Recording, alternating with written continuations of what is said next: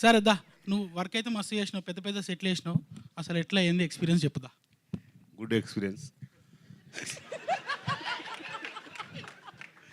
అందరికి నమస్కారం అండి. భయ్యా ఇషుక్ భయ్యా, thank you, feeling happy to see year. తర్వాత దర్శి గారు, అందరు చెప్పు వరుసగా.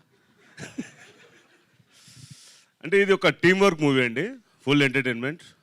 అశ్విన్ డైరెక్టర్ గురించి చెప్పాలి. ఇతను నాకన్నా చిన్నోడు, కానీ వర్క్ని తీయడంలో నాకన్నా పెద్దోడు. అలానే డిఓపి నరేష్ కానీ, ఓవరాల్ టీమ్, ఇంకెవరు మన ఆర్ట్ అసిస్టెంట్లు అందరూ మా టీం. భయ్యా చెప్పుకుంటే పెద్ద పెద్ద లిస్ట్ ఉంది, చెప్దాం ఖచ్చితంగా. సక్సెస్ మీట్లో చెప్దాం. సక్సెస్ మీట్లో అట్లనే పొద్దు పెట్టారు కదా, ఈవినింగ్ పెడితే ఈజీగా చెప్పొచ్చు.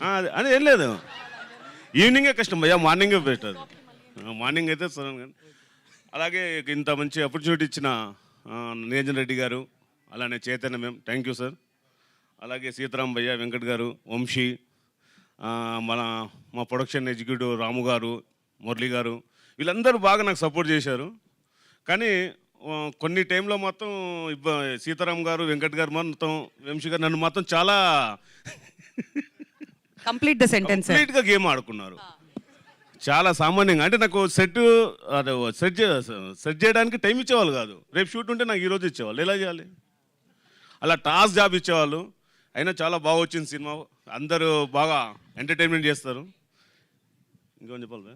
ఇంకా చాలా చాలా అంటున్నారు. Okay, thank you. గాంధీ గారు, థ్యాంక్ యూ సో మచ్. మీరు స్టేజ్ మీదే ఉండవలసిందిగా రిక్వెస్ట్ చేస్తున్నాం. నాకు ఇప్పుడు అర్థమైంది సీతారాం గారు ఎందుకు రానన్నారు స్టేజ్ మీదకి. నేను లాస్ట్లో వస్తాలే అమ్మ, అంతా అయిపోయిన తర్వాత అని ఎందుకు చెప్పారు.